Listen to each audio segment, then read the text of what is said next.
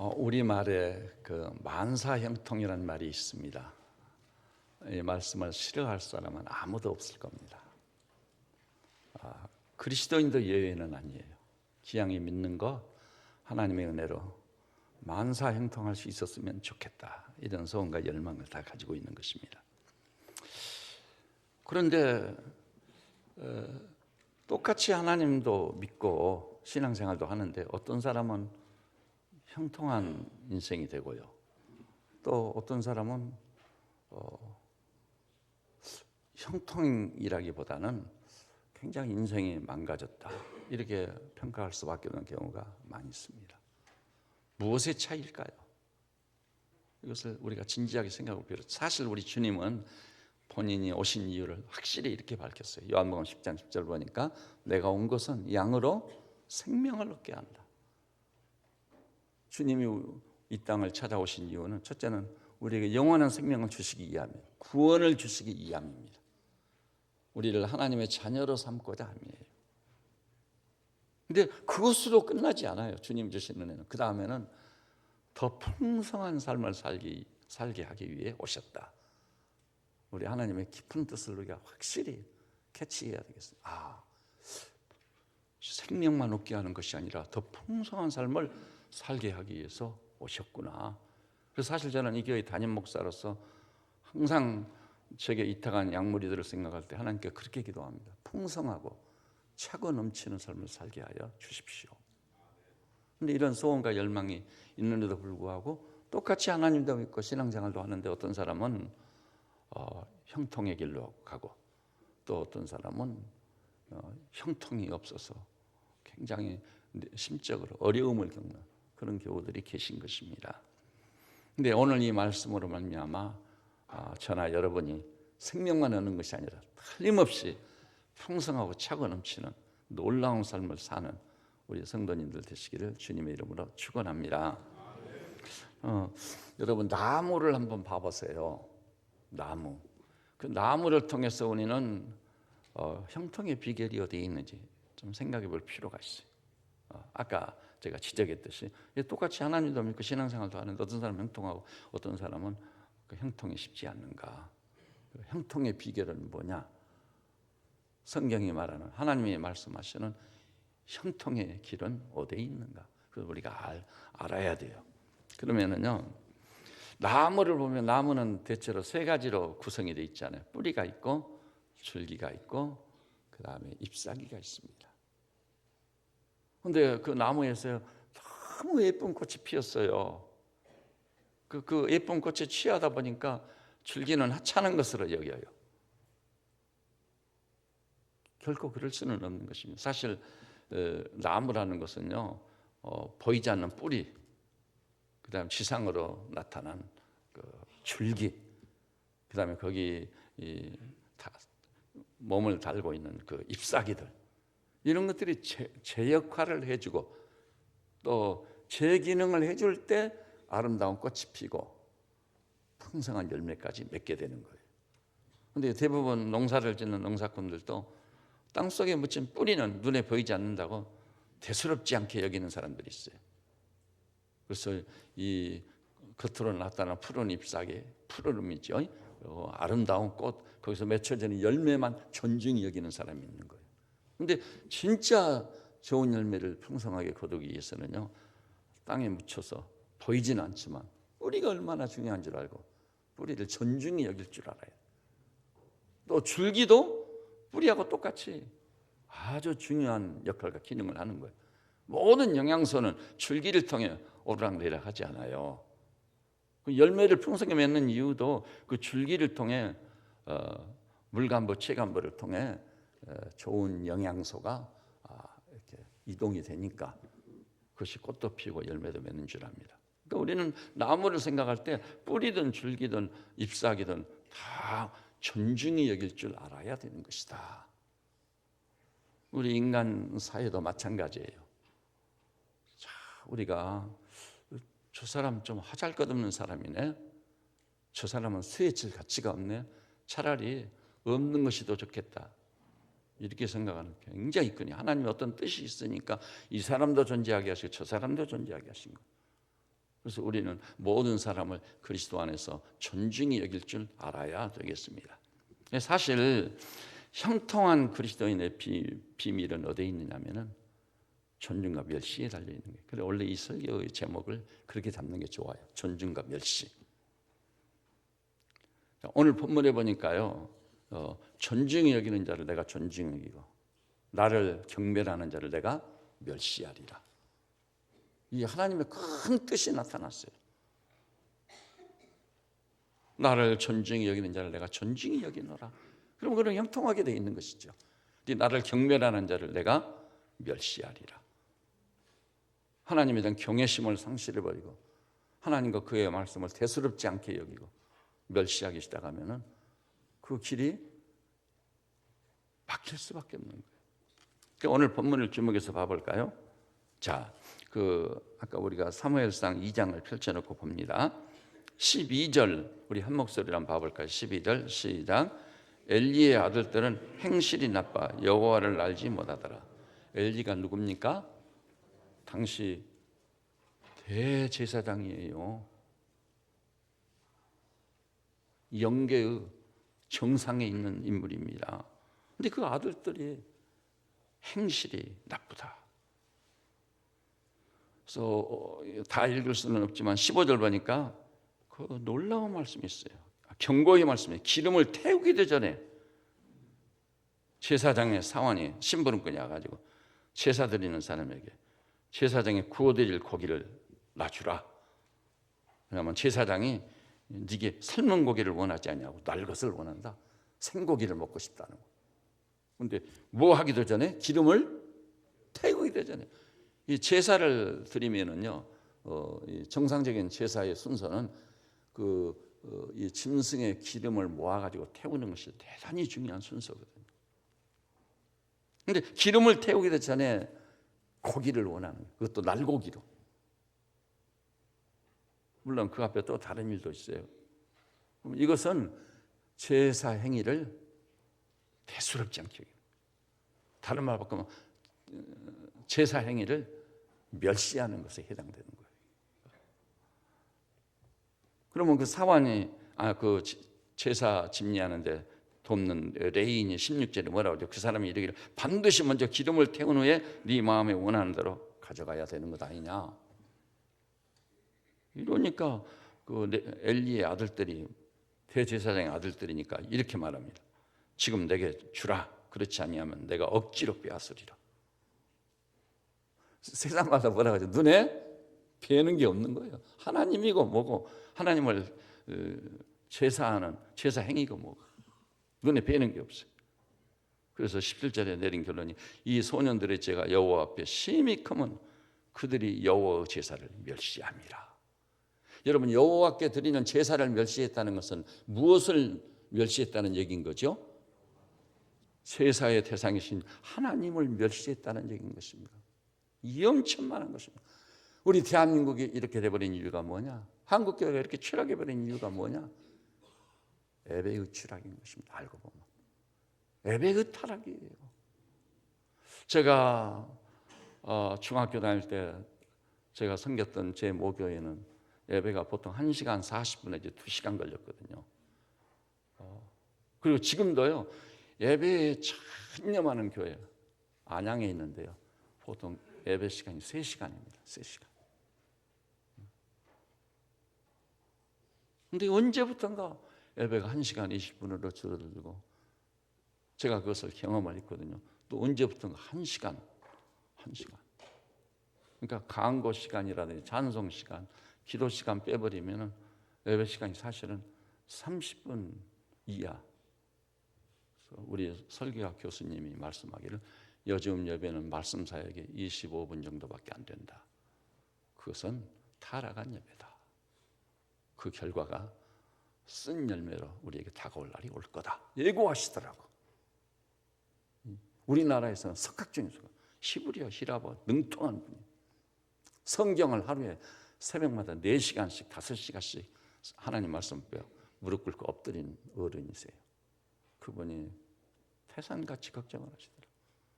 예배의 추락은 반드시 교회의 추락으로, 교회의 추락은 국가사회의 추락으로 올 것이다.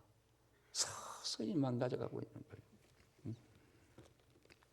자, 그런데 이제 무슨 일이 벌어지게 되냐면요, 이 엘리의 아들들이 이렇게 죄를 짓다 보니까 우리말로 뭐라 그러지? 요즘 간이 커져가지고 뭐 이런 얘기도 하니 간이 배 밖으로 나왔다는가? 그런 얘기 하지 않아요. 겁 없이 이제 22절에 엘리가 매우 늙었더니 그의 아들들이 온 이스라엘에게 행한 모든 일과 해망문에서 수정되는 여인들과 동침, 성전에서 제사 행위를 할 때 수정되는 여성들과 동침까지 하는 무서운 죄를 짓는 데까지 가는 거예요. 한 죄를 대수롭지 않게 여기지 않아요? 그럼 그 죄가 또 다른 죄, 더 큰 악을 행하게 만드는 것입니다. 이 말을 들은 엘리 제사장이 아들들을 부릅니다. 그들에게 이르되 너희가 어찌하여 이런 일을 행했느냐? 내 아들들아 그리하지 말라. 그러면서 25절을 보니까 사람이 사람에게 범죄하면 하나님이 심판하시면 되지만 만일 사람이 여호와께 범죄하면 누가 그를 위하여 간구하겠느냐? 그들을 꾸짖고 책망했어요. 그런데도 불구하고 25절 하반절을 보니 그 아들들이 자기 아버지의 말을 듣지 아니하였다. 이거 보니까 제사 행위만 멸시하는 게 아니라 아버지도 멸시하는 거예요. 하나님이 세운 가정의 권위가 아버지인데 아버지 말도 안 듣는, 이미 권위는 다 무너져 버렸어요. 근데 여기요, 사실은 그런데 뒤에 가서 보니까 22절 하나님의 사람이 왔습니다. 엘리도 하나님의 사람인데 하나님께서 또 다른 하나님의 사람을 보내가지고 엘리에게 와서 제사장 엘리를 책망하는 거예요. 책임 소재를 따지면은 그 책임이 엘리에게 기속된다는 겁니다. 적어도 아들들이 이렇게 무서운 죄를 짓고 악을 행했으면 엘리는 어떻게 해야 되겠죠? 아들들을 광장에 내다 돌로 치지는 아니할지언정 거기에 버금갈 만큼 준엄한 심판을 해야 돼요. 제사장의 권위로 그렇게 할 수 있었거든요. 근데 이렇게 무서운 죄를 짓고 범하는데도 불구하고 아비로서, 제사장으로서 자기 아들들이라고. 그래서 그 뒤에 보면 나와요. 29절에 너희는 어찌하여 내가 내 처소에서 명령한 내 재물과 예물을 밟으며 네 아들들을 나보다 더 중히 여겼느냐. 엘리 제사장이 하는 행위는요, 하나님보다도 아들들을 더 중히 여긴, 더 존중히 여긴다 이 말이에요. 하나님 존중은 없어져 버렸어요. 그래서 이 하나님의 사람이 이제 엘리를 향해 예언적인 책망을 합니다. 논제. 30절 보니 그러므로 이스라엘의 하나님 여호와가 말하노라. 내가 전에 네 집과 네 조상의 집이 내 앞에서 영원히 행하리라 약속했었지만 그러나 이제 나 여호와가 말하니 결단코 그렇게 하지 아니하리라.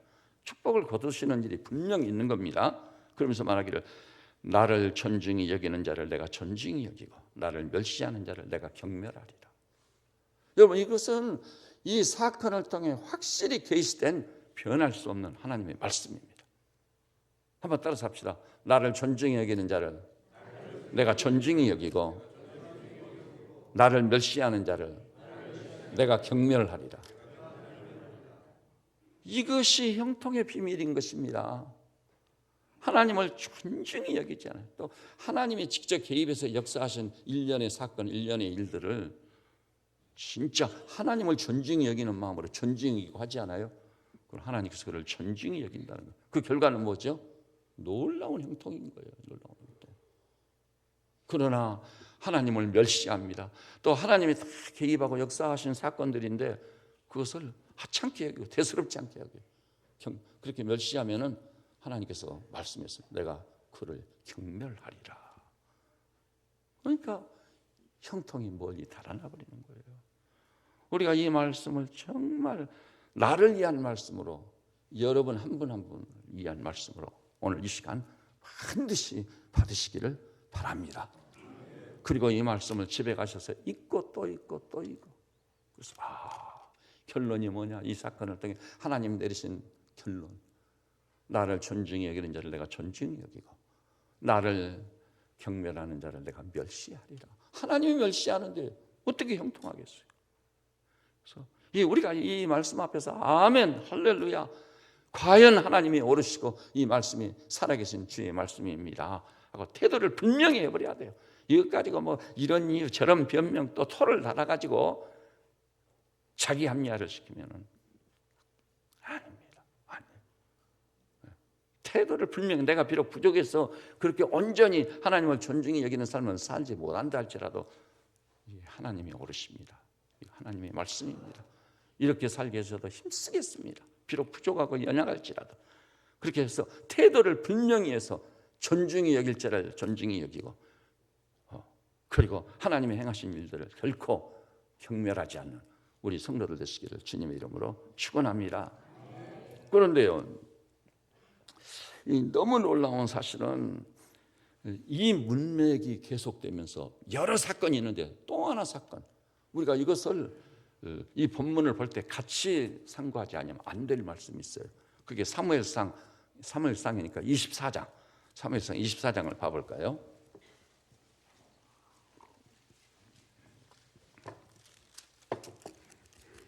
24장은 450페이지입니다. 24장에 보면은요, 사울왕이 누구를 죽이려고 하는 거예요?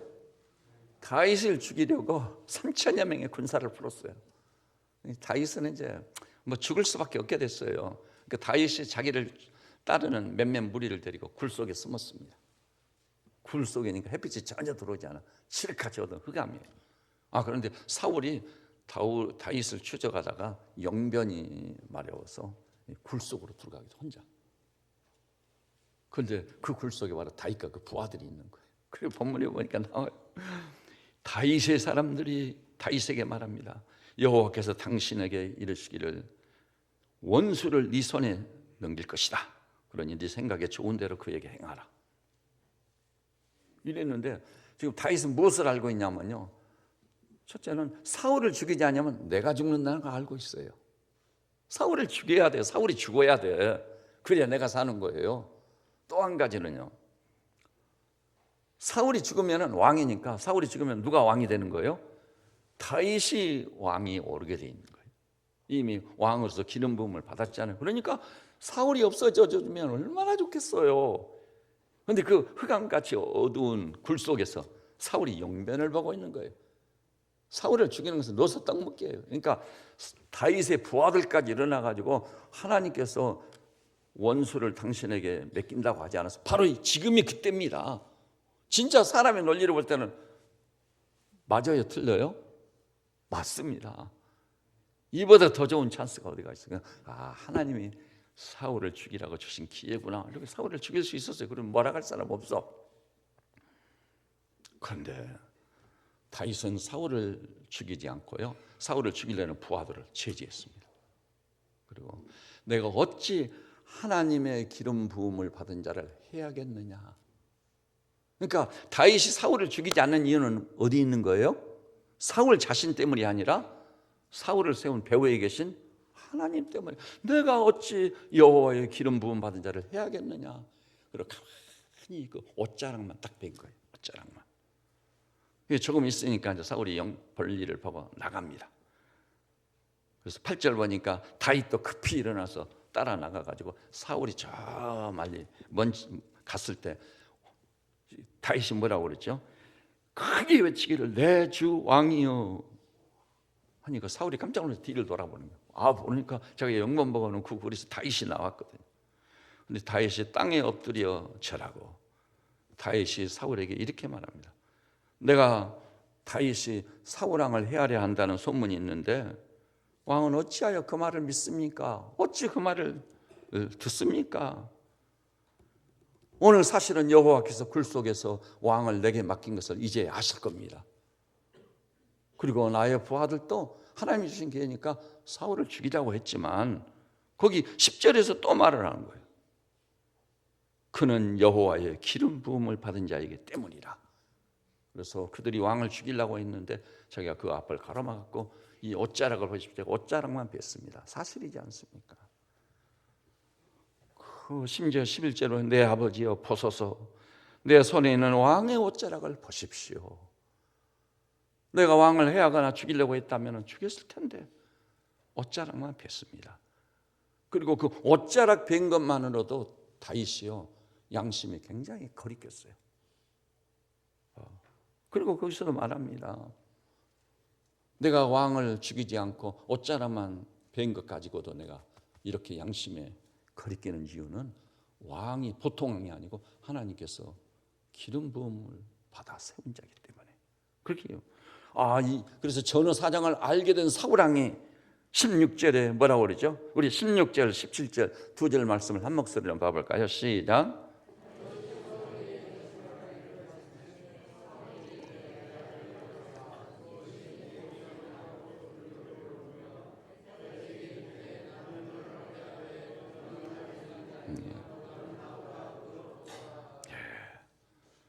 내 아들아 다윗아, 이것이 네 목소리가 정녕 맞냐?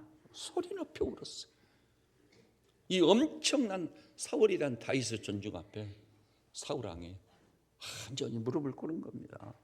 그리고 다윗에게 이르되 나는 너를 학대하되 너는 나를 선대하니 너는 나보다 어렵도다. 이러면서 그 자리에서 이제 헤어졌거든요. 그런데 다윗이 부하들에게 하는 말씀을 들어보면요, 하나님이 세운 분이기 때문에 하나님이 필요하면 그를 치실 거다. 그러니까 하나님이 살아계시다는 데 중요한 포커스가 있는 거예요. 우리 기독교라는 건요, 하나님은 진짜 살아 역사하시는 분이라는 것을 믿는 종교가 우리 기독교입니다. 믿기 때문에 하나님이 살아계시고 역사하시는 분이기 때문에 자신이 세운 사람이 죄를 짓고 악을 행하면 하나님이 오래 참으시면 때가 되면 어떻게 하겠죠? 하나님이 치시는 거예요. 그 하나님께 맡기겠다고 다윗은 말했던 것입니다. 그런데 자, 이런 결과는 어떻게 됐죠? 첫째, 하나님을 존중히 여기고 정말 하나님의 기름 부은 조언까지도 이렇게 존중히 여기던 다윗은 마침내 왕이 됐고 사울의 칼에 쓰러질 일이 없었습니다. 반면에요, 진짜 하나님이 하신 일들을 놓고 그것을 존중히 여기지 않고 하찮게 여기고 대수롭지 않게 여기고 왕이라고 자기 멋대로 자기 마음대로 했던 사울은 어떻게 돼요? 전쟁에서 자기 아들 요나단과 더불어 죽습니다. 죽게 돼요. 진짜 다윗이 맞았어요. 그가 믿었던 하나님이 때가 되니까 딱 치셨습니다. 그런데요, 아말렉 출신이 그 사울이 코너에 몰려가지고 완전히 피곤하고 지쳐서 칼도 들 힘이 없게 돼. 그러니까 아말렉 소년한테 나를 죽여라. 왕이 명령을 내린. 그래서 그 아말렉 소년이 사울을 죽였어요. 죽일 때는 또 어떤 생각을 가졌냐면은 내가 가서 다윗한테 이렇게 여차여차해서 사울을 죽였습니다 하면은 또 다윗한테 상도 받을 것을 기대하는 거예요.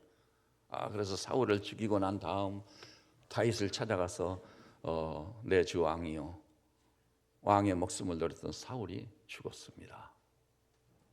보고를 하는. 근데 그 보고를 받자마자 다윗이 어때요? 식음을 전폐하고 온종일 슬피 울었다. 슬피 울었습니다. 그리고 묻습니다. 사울을 누가 죽였느냐? 블레셋이 죽였느냐? 누가 죽였느냐? 나보고 죽여달라고 해서 내가 죽였습니다. 네가 어찌 여호와의 기름 부음 받은 자를 해한단 말이냐? 해가지고 사울과 요나단의 장례를 정중하게 치러주고, 그리고 이 아말렉 소년은 부활을 시켜서 그 자리에서 참수하게 되는 거예요. 그리고 나서 다윗이 시를 써요. 사울왕과 그 용사 요나단을 기념하는 시를 썼는데 그 시가 얼마나 가슴 저명이죠. 그렇게 사울과 요나단을 존중히 여기다니. 근데 그 이면에는 사실은 다윗이 누구를 존중히 여겼기 때문에? 하나님을 존중히 여겼기 때문에 신금을 울리는 거예요. 그래서 하나님이 내신 결론은 옳았습니다. 맞았습니다. 하나님은 그렇게 행하시는 거예요. 나를 존중히 여기는 자를 내가 존중히 여기고 나를 멸시하는 자를 내가 경멸하리라. 이것이 형통의 비밀이자 지름길인 것입니다. 우리가 지금은 내가 형편이 어렵고 힘들고 왜 나는 이럴까? 그럴지라도 진짜 하나님을 존중히 여기고요. 하나님의 개입하시고 역사하셔서 이루신 일들을 존중히 나가보세요. 그러다면 때가 되면 하나님께서 틀림없이 나를 존중히 여기는 자를 내가 존중히 여기신다고 그 약속을 반드시 지키실 것입니다. 여러분, 그래서 성경에 보면은요, 믿는단 말이 많이 나오는데, 믿는단 말은 존중히 여긴단 말을 싹 빼버리고 믿음만 생각할 위험성이 있어요. 그래서 믿는다는 용어는 대부분요, 존중히 여긴다는 뜻을 가지고 있어요. 이를테면은 누가복음 7장에 이제 누가 나오죠? 로마의 백부장, 그의 사랑하는 종이 병들어 죽게 됐습니다. 그때 예루살렘에 있는 유대인 친구들을 불러가지고 그 예수님한테 가서 우리 죽어가는 종 좀 치료해 달라고 부탁 좀 해라, 내 대신 가라. 유대인들이 가가지고 이 사람에게는 이 일을 행하는 게 옳습니다. 그 병들어 죽게 된 그 하인을 하나님 주님께서 치료해 주십시오. 그러니까 주님께서 이제 그 집을 향해 가시게 됐어. 가시게 되는데 이 백부장이 생각하니까 이건 아니네. 또 다른 친구를 보내가지고 뭐라고 그랬죠? 당신이 우리 집에 들어오심을 내가 감당치 못하겠나이다. 내 수하에도 부하들이 있는데 저더러 가라 하면 가고 오라 하면 옵니다. 그러니 말씀만 하사 내 하인을 낫게 하옵소서. 놀라운 믿음인 거죠. 그래서 예수님께서 뭐라고 그러죠? 내가 이스라엘 중에서도 이만한 믿음을 찾아보지 못하였노라. 근데 그것이 믿음인데 사실은 성격을 분석해보면 그 믿음이 뭐예요? 예수님을 그만큼 존중히 여기고 내 집에 들어오심을 감당할 수 없어요. 로마의 백부장이에요. 그리고 또 내 수하에도 부하들이 있어. 가라 하면 가고 오라 하면 오는데 질병이 있다야 주님이시란다면 말씀만 한마디 하면 나을 줄 믿습니다. 말씀만 하사 내 하인을 낫게 하옵소서. 얼마나 예수님을 높이고 존중히 여기는지 주님께서 내가 이스라엘 중에서도 이만한 믿음을 찾아보지 못했노라.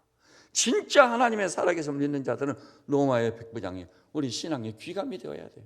하나님을 정말 존중해요. 진심으로 존중해야 돼요. 그분을 높여야 돼요.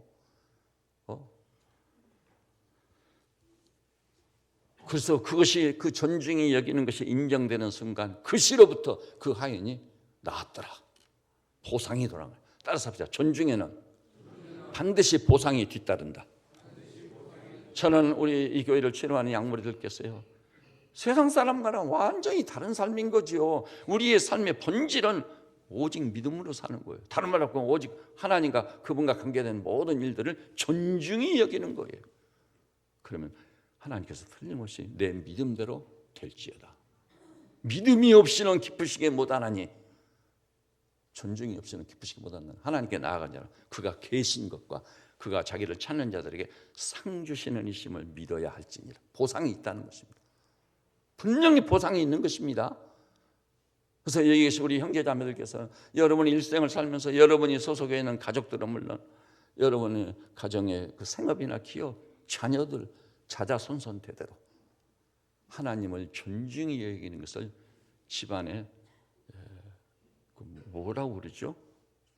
집안에서 그 어떤 특정한 말을 가지고 그 후손들이 두고두고 지켜야 될 가훈이라는 거죠. 그리스도인들은 사실은요, 모든 그리스도인들 이것을 가훈으로 정하는 것이 마땅합니다. 존중히 여기는 자는 존중히 여김을 받고 경멸하는 자는 멸시함을 받으리라. 내가 그래 멸시하고 가훈으로 삼아요. 그러면 그 형통의 비결이 거기에 있는 거예요.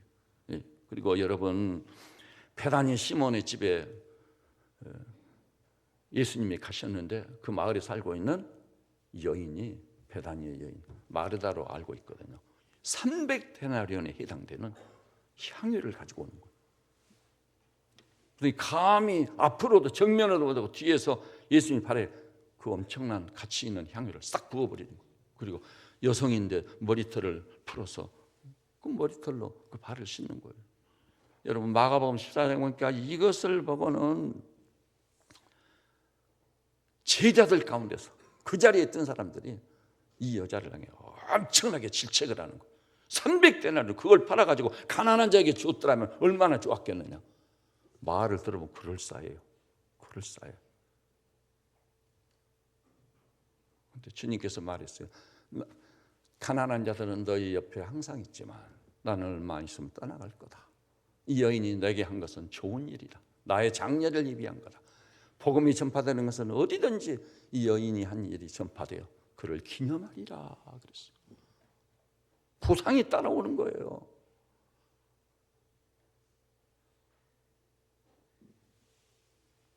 계산속이 빠른 사람들은 그것만 계산하고 있을 거예요. 300데나리온을 발에다 부어버려.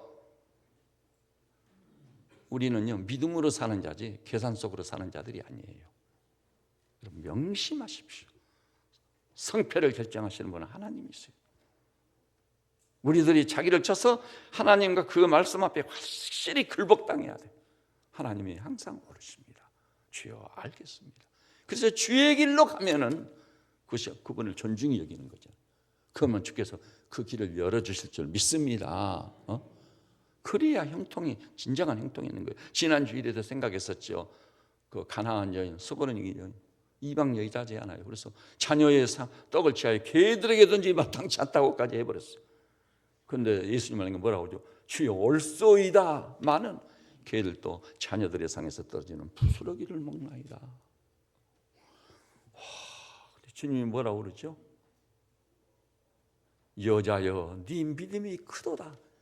진짜 존중할 자를 존중히 여기는 하나님은 그렇게 평가했어요. 내 믿음이 크도다. 그것이 인정받는 순간 사랑하는 그 여인의 딸에서 흉악하게 귀신이 들렸었는데 그 귀신이 바로 쫓겨가고 온전하게 회복된 것을 확실히 믿으시기를 주님의 이름으로 축원합니다. 참 놀라운 일이에요. 하나님이 살아계시다면 이게 맞는 것입니다. 그렇다면은 도대체 우리 하나님께서 놀라운 섭리와 경륜 속에 우리 인간을 사랑하셔서 그 인간들이 참 형통한 삶을 살고 차고 넘치는 삶을 살기 위해서 존중할 자를 설정해 놓으셨어요. 그래서 존중할 자를 설정해 놓고 하나님이 설정해 놓은 그 존중할 자, 그들이 존중의 여김을 받음으로 말미암아 인류 사회 전체가 행복하게 살도록 차고 넘치게 살도록 여러분 잊지 마십시오. 그러면 하나님께서요 이 형통을 주시기 위해서 존중할 자를 설정해 놓으셨는데 첫 번째가 뭐죠? 정부의 권위. 여러분 이것은 제 얘기가 아닙니다. 우리 교인들 가운데서도 아직도 제가 전하는 말을 수락하지 못한 분이 있으실 수 있어요. 좋습니다. 제 말을 들으려고 하지 마십시오. 제가 인용하는 하나님의 말씀 성경을 모조리 읽어보십시오. 로마서 13장에서 하나님은 분명히 살아서 모든 권세는 위에 계신 하나님께로부터 나오나니 모든 것에 예외가 없어요. 악한 권세도 하나님으로부터 나오는 겁니다. 하나님의 생각이 있고 뜻이 있어서 백성에 대한 심판의 뜻으로 악한 권세를 세우시라는 거예요. 그것을 우리가 알아봐야 돼요. 분별력 있게.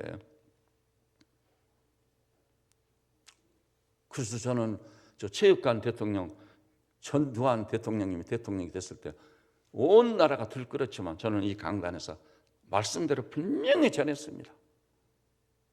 전두환 대통령님이 대통령이 된 것도 이 국민에 대한 하나님의 심판의 뜻일 수도 있고 하나님이 세우신 것이니까 그 권위에 승복해야 된다. 그를 위해서 기도를 시작해야 된다. 그러면 하나님이 또 어떤 일을 하시는 거예요.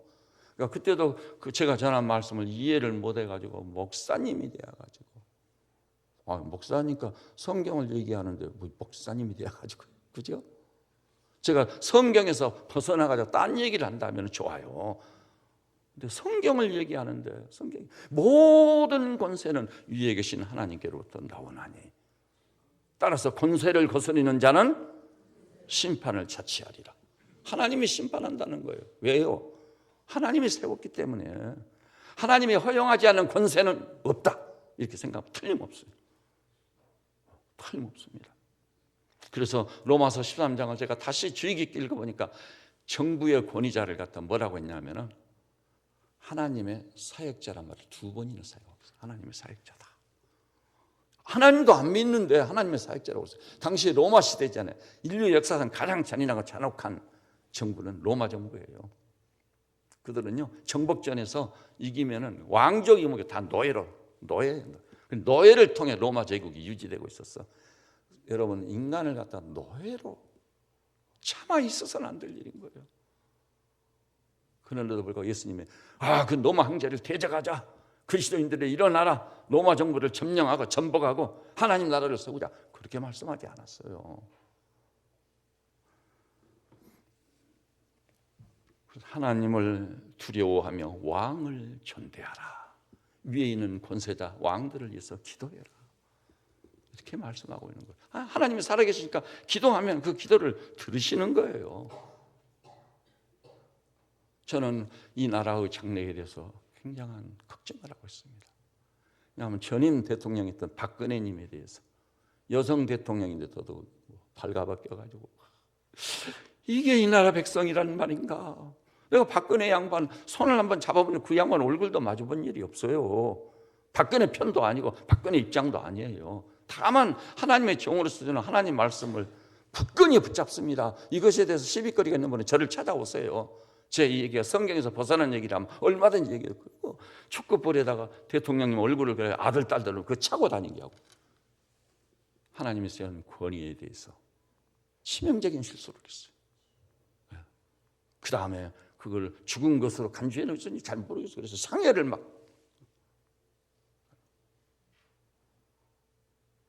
이것이 세워진 권위에 대한 할 짓이냐 이 말이죠.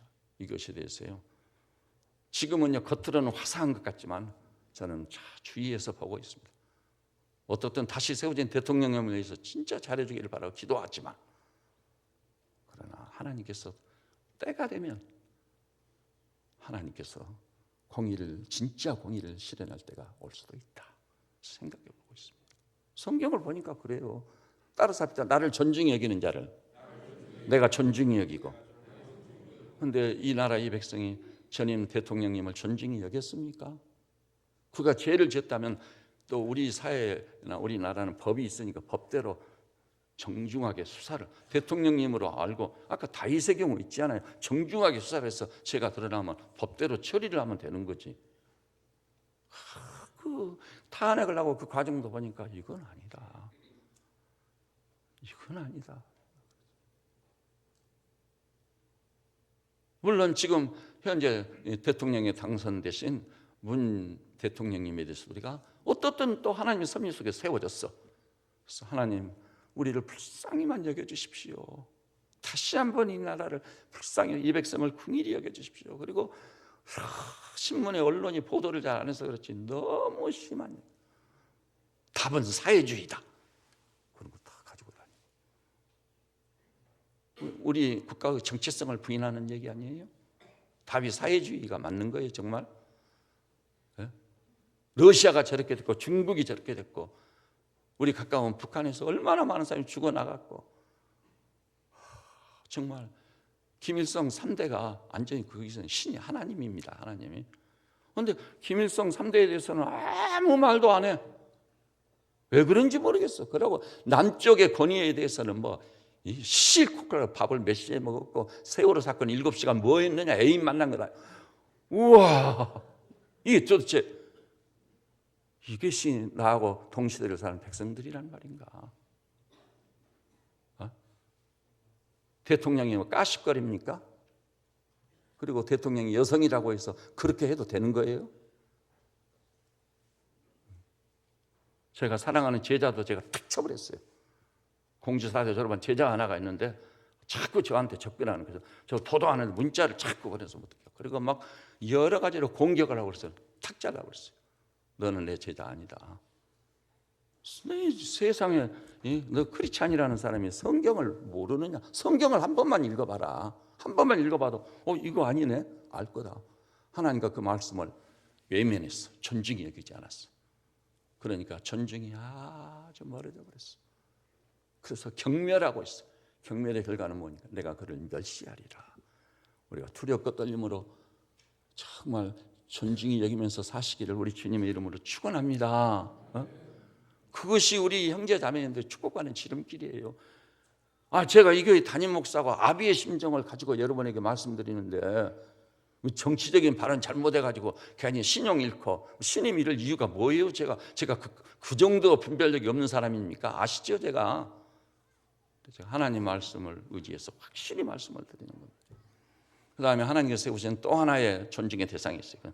사회 리더십, 스승, 직장 상사들. 저는 이 사회가 이 시대가 이러니까 살기가 힘들어요. 경제가 아무리 좋아져도 그 지옥을 방불케 하는 거예요. 초등학교에도 아이들이요 자기 여선생이 머리카락을 잡아서 그냥 외쳐버리고, 또 중학교에서는요 남자 학생이 자기 여선생을 성으로 희롱하고.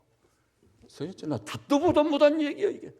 스승의 권위에 대해서 온전치 못해요 물론 스승들도. 그럼에도 불구하고 이렇게 해도 되겠어요? 그리고 저는 국회의사당에 국회의원이라고 하는 사람들이 우리나라의 대기업의 회장님들 머리가 하얗게 쓴 할아버지 같은 사람까지 다 앉혀놓고 막 호통을 치고 막, 저것들이 왜 저러지죠? 나라가 망할 조짐인 거예요 그거. 무엇을 따지더라도 존중이 여기고 따져야 될 것 아니에요. 이런 법이 어디 있어요? 여러분, 이 나라의 백성을 불쌍히 여기시도록 눈물로 기도하는 성도들 되시기를 바랍니다. 저도 목사로서요 아침에 일어나 맨 먼저 기도합니다. 간밤에 안식을 주시고 전쟁을 막아주신 주님 감사합니다. 눈물로 기도하는 성도들의 기도 때문에 이 나라가 유지되고 있는 줄 압니다. 네? 유지되고 있는 줄 알아요. 그 다음에 가정에 리더십이 있어요. 시간이 없으니까 막 지나가는데요, 에베소서 6장에 보니까 주 안에서 내 부모를 공경하라, 주 안에서 내 부모에게 순종하라, 이것이 옳으니라. 그러면 네가 땅에서 잘 되고 장수하리라. 형통이 거기는, 존중이 여기는 자를 존중이 여기는 거예요. 오늘날 부모하고 자녀 관계에 균열이 다 버렸습니다. 지금. 여러분 자녀들 기르면서 너무나 힘들죠. 내가 너를 어떻게 길렀는데 이 아름답고 거룩한 전통이 다 사라졌습니다. 땅을 치고 울고 싶어요. 자녀들은 하나님이 가정에 세운 권위자가 누군지 알아야 돼요. 그래서 권위 앞에요 일단은 나를 쳐서 굴복시켜 무릎을 꿇어야 되는 거예요. 그리고 하나님께 마음에 맞지 않은 것이 있으면 기도하면서. 그런 스토리를 내가 소개하려면 끝이 없는데 시간 강상 지나갑니다. 네 번째, 영적인 지도자들에 대한 존중입니다. 교회 지도자들. 여러분 갈라디아서 4장에 보니까요 바울이 이렇게 말해요. 내게 육체적인 연약함이 있었다 그러거든요. 눈도 시력도 거의 나빠서 보이지도 않았고 간질 환자로 전해지고 있거든요. 그런데 그런 약점을 가지고는 바울이지만 갈라디아 교인들이 그런데도 불구하고 나를 업신여기지도 않았고, 두 번째는 뭐죠? 나를 버리지도 않았습니다. 그다음에 세 번째, 오히려 나를 하나님의 천사같이 여겼고, 심지어는 예수 그리스도를 영접하던 나를 영접하였느니라. 그러면서 뭐라고? 이것이 너희의 복이다 그랬어요. 여러분 하나님이 살아계시다면 뭐가 복이라고? 이것이 너희 복이다. 그러면서 갈라디아 6장에서 보니까 말씀을 가르치는 자와 더불어 말씀에 가르침을 받는 자는 너희 모든 좋은 것을 함께하라. 스스로 속이지 말라. 자기 기준을 가지고 이리 재단하고 저리 재단해서 이러니까 안 되고 저러니까 안 되고 그럴 것이 아니라 말씀을 가르친 자와 너희 모든 좋은 것을 함께하라. 스스로 속이지 말라. 뿌리는 대로 거둘 것이다. 뭐예요? 존중을 심으면 존중의 여김을 받는 거예요. 반면에 경멸하면 멸시를 열매로 거두게 돼 있는 거예요. 지금 당장에는 눈앞에 안 나타나는 것 같지만 때가 되면은 하나님이 서서히 다 하나하나 그 일을 완벽하게, 드와이트 무디가 얘기했듯이 하나님의 맷돌은 천천히 돌아가지만 싹싹 갈아버린다. 하나님이 살아계시다는 그분을 경외해야 돼. 두렵고 떨림으로 그분을 존중히 여기고 그분이 말씀하는 것들을 굳게 붙잡고 존중히 여기며 살아야 될 줄로 믿으시기를 바랍니다. 진짜 정말 놀라운 말씀들이 많이 있어요. 이 영적 지도자의 관계도요 다 말을 못하겠어요. 여러분들이 이 서신서를 읽어보면 놀라워할 거예요. 히브리서를 읽어보면 놀라워할 거예요.